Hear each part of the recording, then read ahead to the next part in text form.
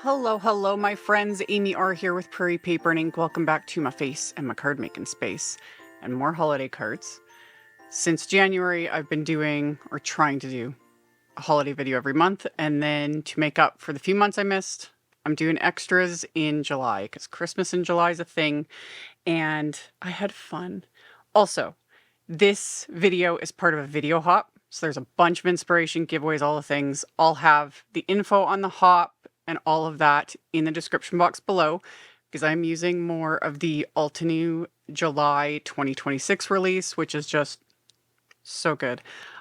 When this goes up, I will already have at least one other video up using some of the release, and I will also put a link in the end screen at the end of the video to my holiday 2026 playlist that I will continue to add to as things get made.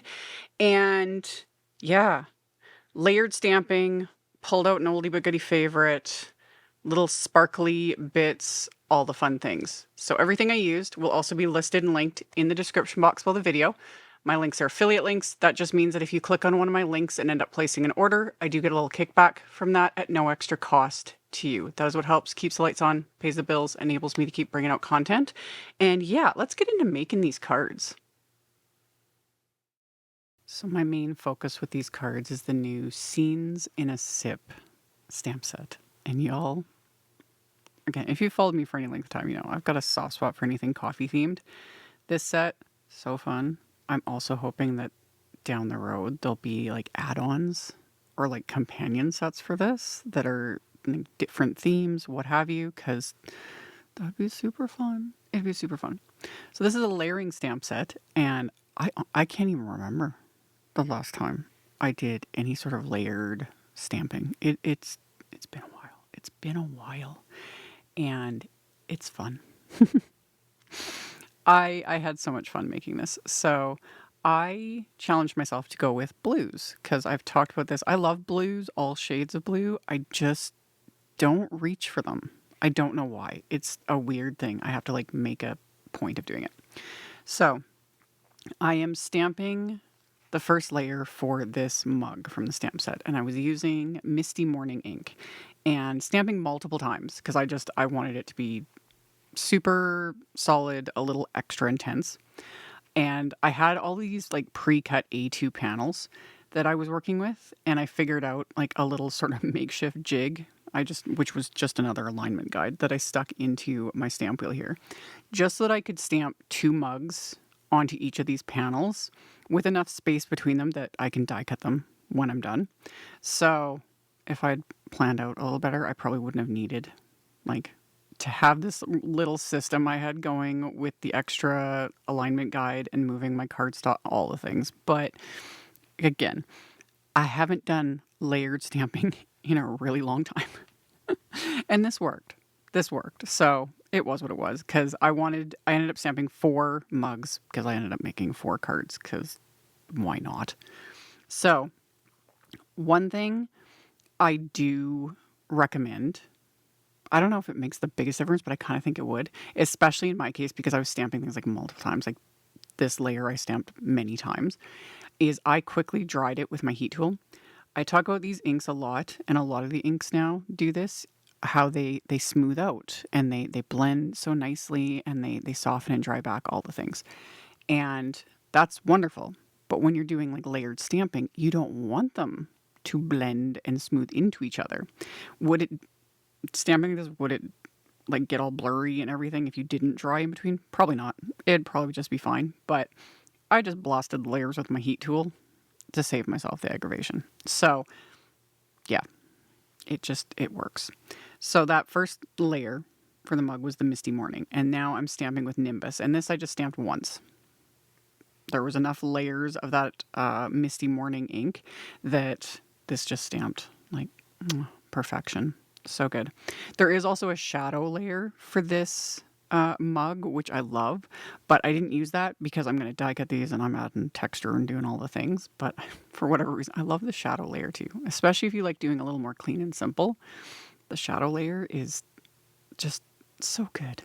So after I stamped the 2 layers to make the mug, now we're stamping the scenes, which are also only 2 layers. Love that too.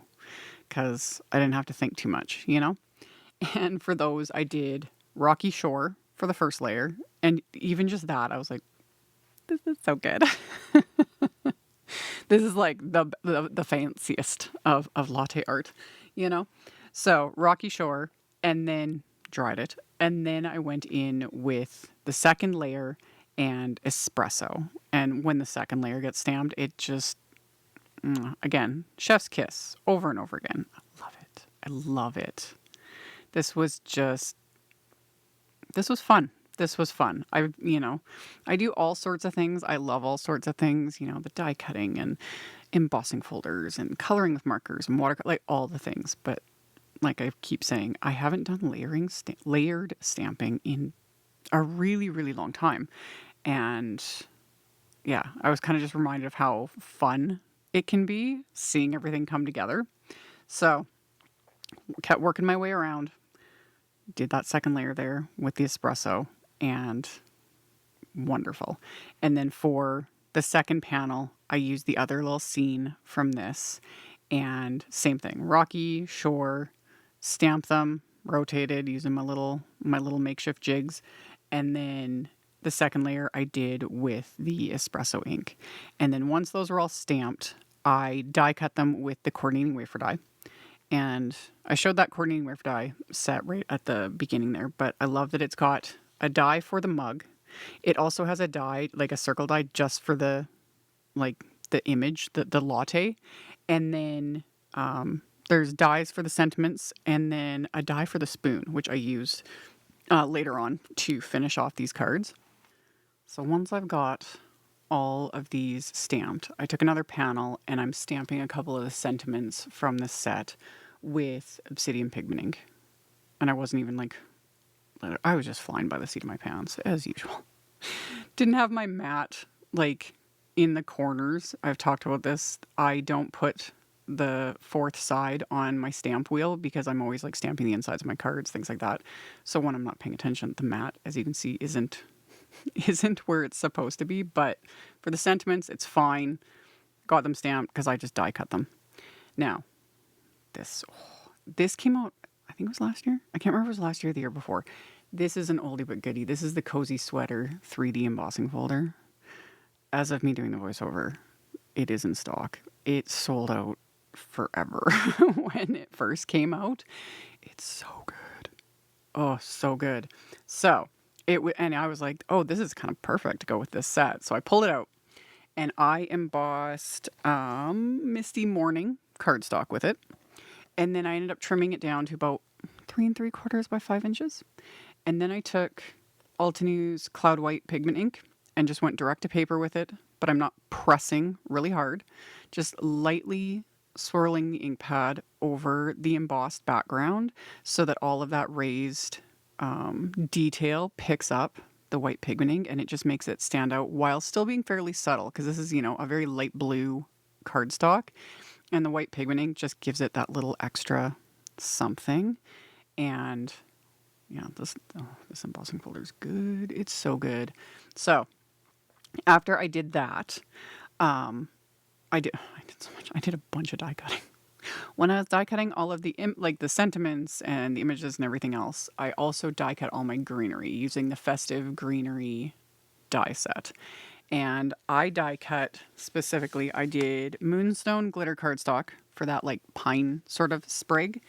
And then I used, this is Hunter Green cardstock for these little sprigs, Ruby Red for the berries. And then I use Minty Mint for those little lighter green sprigs.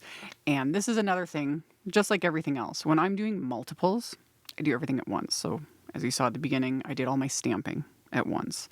And then I did all the embossing with that Cozy Sweater embossing folder. And then I did the trimming, the ink blending. And then all my die cutting, did all of it at once. So I was die cutting the sentiments, the mugs, all the greenery, etc., just all at the same time, which just made everything go a little bit faster.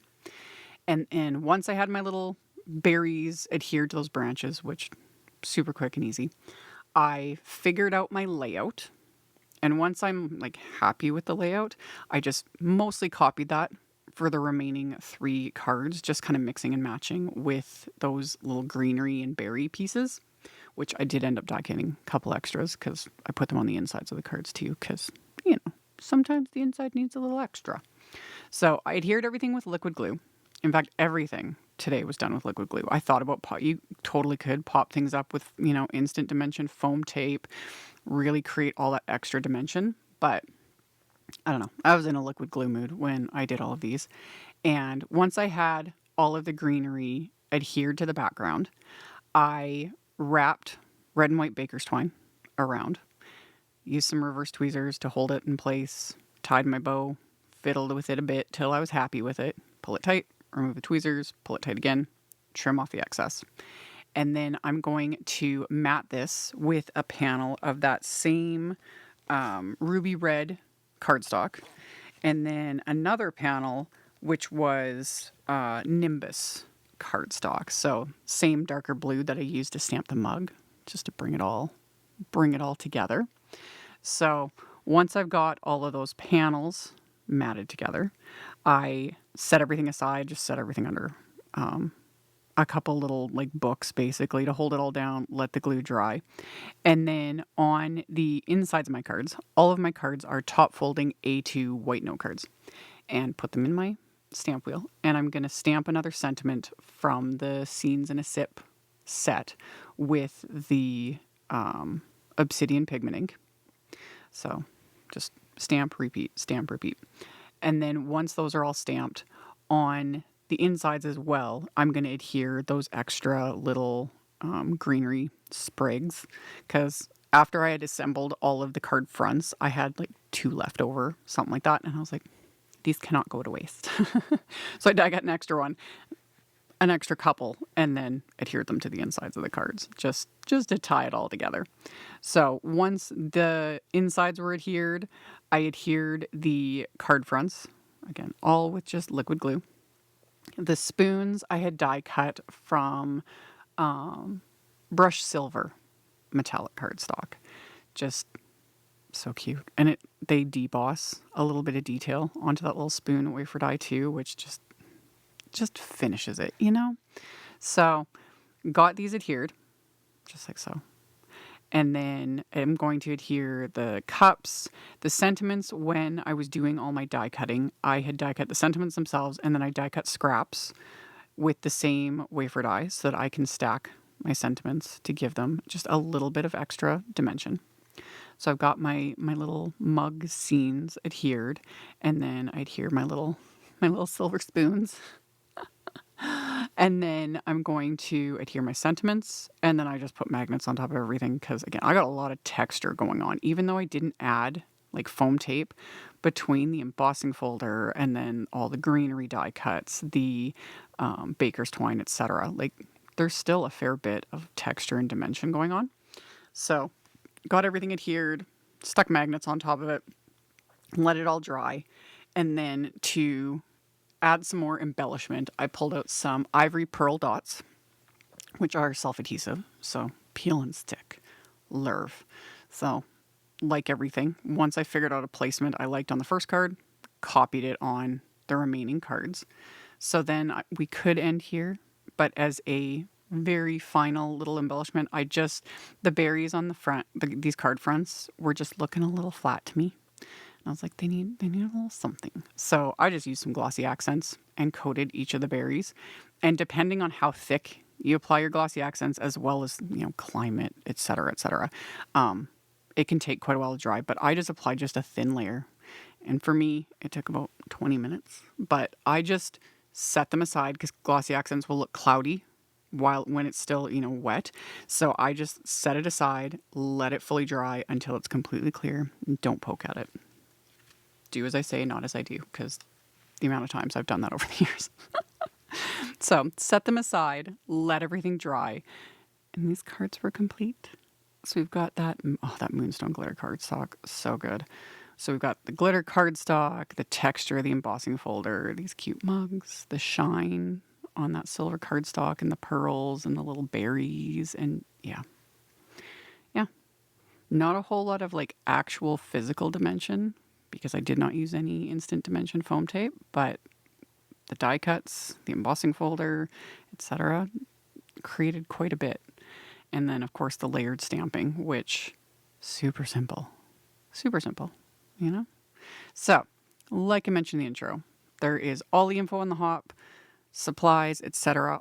Everything is in the description box below the video to check out if you're interested. Thank you all so very much for hanging out with me, thumbs upping, commenting. It's appreciated. It helps a ton, and I'll see you all very soon in the next video. Bye. Thank you so much to my amazing Patreon supporters. For anyone that might be interested in joining my Patreon community and supporting me, the link to my Patreon is in the description box below the video. For everyone else, as always, thank you all so much for taking the time to watch my videos, for thumbs upping, commenting, subscribe if you haven't, I'd love to have you. And here's a couple other videos for you to check out in case you missed them. Bye!